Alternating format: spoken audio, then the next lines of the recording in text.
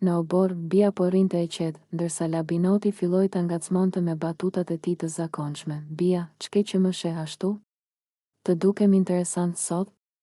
I tha Labi me një buzëqeshje të hollë. Bia ngriti vetullën dhe qeshi me përçmim. O Labi, mjaft më ngacmove, se po e tepron. Ik, meru me dik tjetër se s'ke shans me mua. Labi u përpoqta vazhdonte me humor, po pse s'më duron? Bia I ktheu menjëherë, drejt e pa dorashka, sepse nuk dua që të qëndrosh te koka ime gjithë ditën. Shko, se po më lodh. Toni shpërtheu në të qeshura, Bia u ngrit më në fund në këmbë dhe shtoi, po ik tani, se s'dua të merrem me ty. Labi, I zënë ngushtë nga mënyra e prerë e Bias, u largua menjëherë duke bërë me dorë, mirë. Po iki. Banorët që pan gjithë skenën shpërthyen në të qeshura. Bia e uli prap Labinotin. Tha Arditi duke qeshur me lot, o Labi, mos u fut në duel me të se merr fund keq. Shtoi Alba. Bia u ul e qetë, e buzëqeshur. Ç'ti bëj unë? Vetë dhe kërkon. Në shtëpinë e Big Brother Kosova mbizotëronte qetësi e çuditshme. Banorët ndjenin që diçka po ndodhte, diçka që kishte të bënte me Edin, I cili prej ditësh ishte parë më I heshtur, më I larguar, I zhytur në mendime. Ai ende e priste një lajm, një dritë, një shenjë nga dolce, pa pritur. Sirena e Big Brotherit u ndez dhe zëri I rënd u dëgjua nga altoparlantët. Edi, shko në dhomën e të vërtetës. Ai u ngrit ngadalë, me sytë e fiksuar në dy sheme, sikur zemra I e dinte se çfarë po vinte. Hapi derën, u ul në karrigen e vetmuar dhe priti. Ekrani përballë tij u ndez, në fillim, imazhe të dolces duke hyrë me buzëqeshje në Grande Fratello. Më pas, momente nga dita e saj e parë atje, komplimente, biseda, të qeshura, por videoja ndryshoi ritëm. Dolce në divan, pranë një djali italian, duke folur afër, duke qeshur, duke e prekur dorën e tij gjatë bisedës. Më pas, një fragment tjetër, ai djali I afrohet dhe Dolce nuk tërhiqet. Ishte qartë, afrimi nuk ishte rastësor. Zëri I Big Brotherit u dëgjua qartë. Edi, Dolce ka nisur një afrimitet të fortë me një banor të Grande Fratellos. Publiku flet për një lidhje paralele. Edi ngrin. Nuk lëviz. Nuk merr frym. Vetëm sytë I bëhen të lagur. Jo, kjo nuk është Dolce që unë njoh. Pëshpëriti ai, me zërin që mezi I dilte. Videoja vazhdoi me pamje ku dyshja në Itali shfaqeshin gjithnjë më të afërt. Edi mbylli sytë për një moment të gjatë dhe mbajti kokën me duar. Ajo më ka thënë. Se më donte. Se do të më priste. Zëri I Big Brotherit ndërhyri, si ndihesh, Edi? Ai mori frym thellë, por duart I dridheshin, jam I thyer. Po ndodh ajo që më friksonte më shumë. Unë këtu. Ajo atje. Dhe tani po më zëvendëson. Një lot I rëshiti në faqe, doja vetëm të më thoshte të vërtetën. Të ma thoshte vetë. Big Brother e la disa sekonda në heshtje, sekonda që u dukën të gjata sa një epokë. Edi, më në fund, ngriti kokën, por unë s'do të dorëzohem kaq lehtë. Kam hyrë këtu me ndjenja të vërteta. Ajo le të bëj zgjedhje. Dera hapet me një zhurmë epike dhe Lim Hoti hyn me buzëqeshjen e tij të zakonshme prej Bad Boy elegant. Banorët ngrihen. Kamerat afrohen. Muzika bie, në obor, Alba, Bia dhe Benita mbesin pa fjalë, secila e di që e ka një histori të pasgjidhur me Limin, por askush se kishte imagjinuar që do përballeshin të treja njëherësh. Reagimet në moment, Alba e shikon me sytë e mëdhenj, me një buzëqeshje sfiduese. Po mirë, qen ka bërë Big Brother I rikthim nishave sot? Ajo duket e qetë në sipërfaqe, por xhelozia I ndizet ngadalë. Alba është e tipit që se le dramën pa e kthyer në spektakël. Bia shikon nga kamerat, pastaj nga Limi. Apo na ke marrë si ekip futbolli? Se tre janë për formacion. Ajo fillon të ngacmoj, të qesh, të tallet, por mbrapa shakave ka shumë ndjenja të vjetra. Benita rri pak më larg, e shikon për disa sekonda dhe pastaj lëshon. Kjo do jetë interesante. Shumë interesante. Ajo është e qetë, e ftohtë, por shumë e mpredh. Dhe kur Benita vendos të garojë. Rrallë dhe humbet, dinamika e tre këndëshit. Të katër këndëshit, shtëpia ndizet. Çdo ditë lind biseda, përplasje, qeshje dhe xhelozi. Alba është më direkte, më impulsive, më e zjarrt. Bia është më lozonjare, e butë, por shpërthen shpejt. Benita është analiza. eleganca dhe misteri, të trija e njohin limin mirë dhe secila ka diçka që ai e ka pëlqyer dikur, por me kë do i shkonte më mirë, me kë bën çift më të fortë lim hoti në Big Brother, një lim Benita, kombinim klas qetësi. Ky çift do ishte më i balancuari, të dy din ta mbajnë qetësinë, nuk shpërthejnë kot, kanë kimi të heshtur, të ngadaltë, por të fortë, shkrihen në momentet intime, jo me zë të lartë, por me energji. Publiku do i shite si çiftin më elegant të sezonit. 2 lim Alba, çifti dram zjarr, nëse lim kërkon spektakël, aty e gjen tek Alba, debatet e tyre do ishin të famshme. Pasioni i lartë, por edhe përplasje të forta, skena që do çmen. Atmosfera në shtëpi ishte e nxehtë që prej mëngjesit, por askush nuk e priste që mesditën ta gjente Benitën dhe Alben në një përplasje të tillë.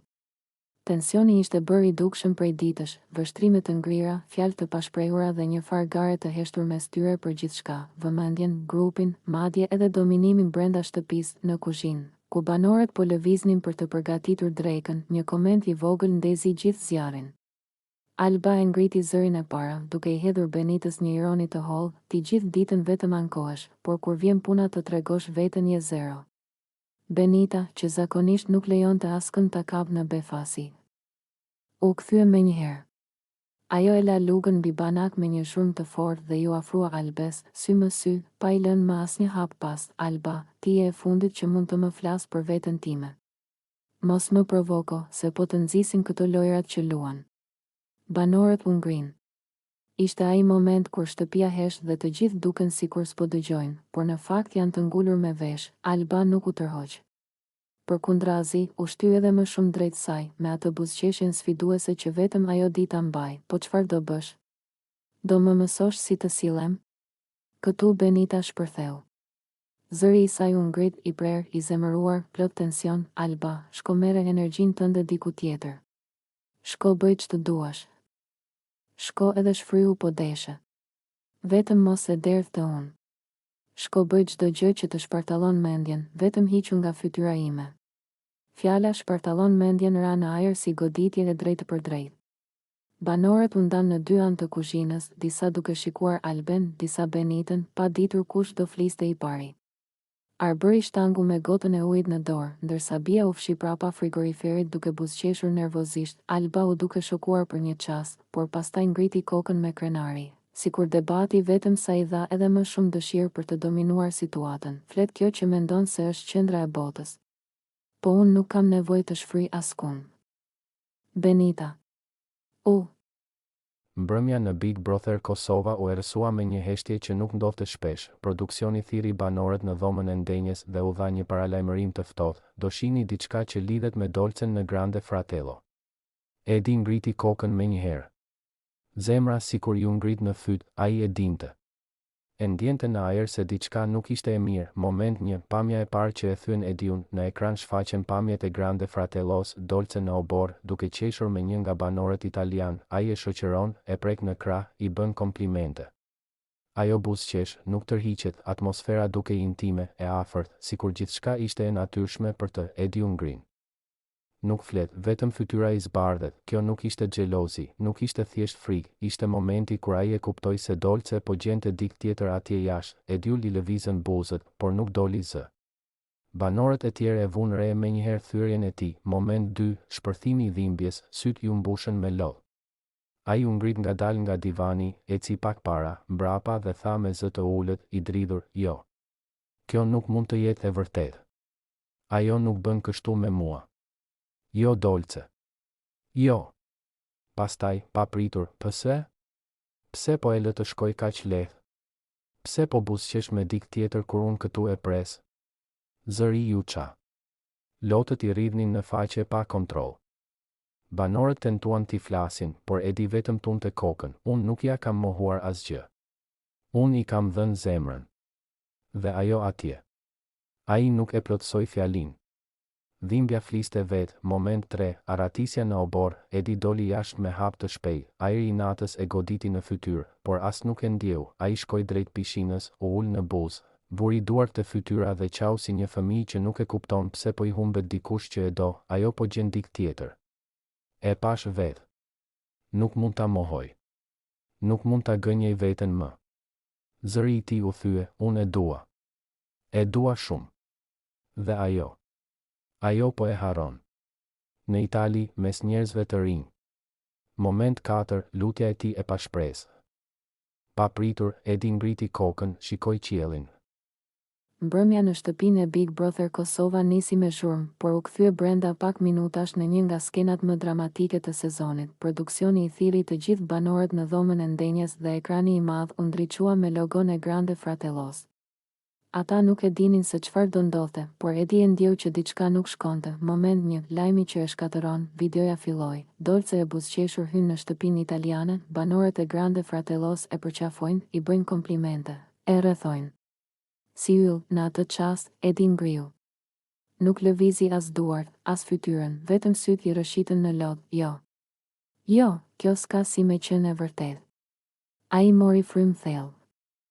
I u dridh mjekra, Dolce. Në Itali? Pa më thënë asgjë? Pa më dhënë asnjë shenjë? Banorët e tjerë e panë me shqetësim. Asnjëri nuk guxoi të fliste. Moment 2, lotët e parezistueshëm. Edi ul në dy sheme, mbajti kokën me të dyja duart dhe filloi të qante hapur, pa e fshehur më. Pse iku? Pse më la? Unë këtu e pres, e mendoj çdo ditë. Dhe ajo shkon atje. Ai mezi merrte frym nga emocioni. Mos lidhet me dikë tjetër? Mos e mbajnë në krah siç e kam mbajtur unë? Mos po e harrohen. Heshtje totale, vetëm zëri I tij I dridhur duke jehuar në dhomë. Moment 3, ikja drejt oborit, pa pritur ai u ngrit me vrull, hapi derën e xhamit dhe doli me shpejtësi në obor. Kamera e ndoqi pas, nuk mundem. Nuk mund ta përballoj këtë dhimbje këtu brenda. Ai eci drejt pishinës duke fshirë lotët me krah, por lotët I rridhnin gjithsesi. Banorët, Edi. Ndalu. Hajde ulu një minutë.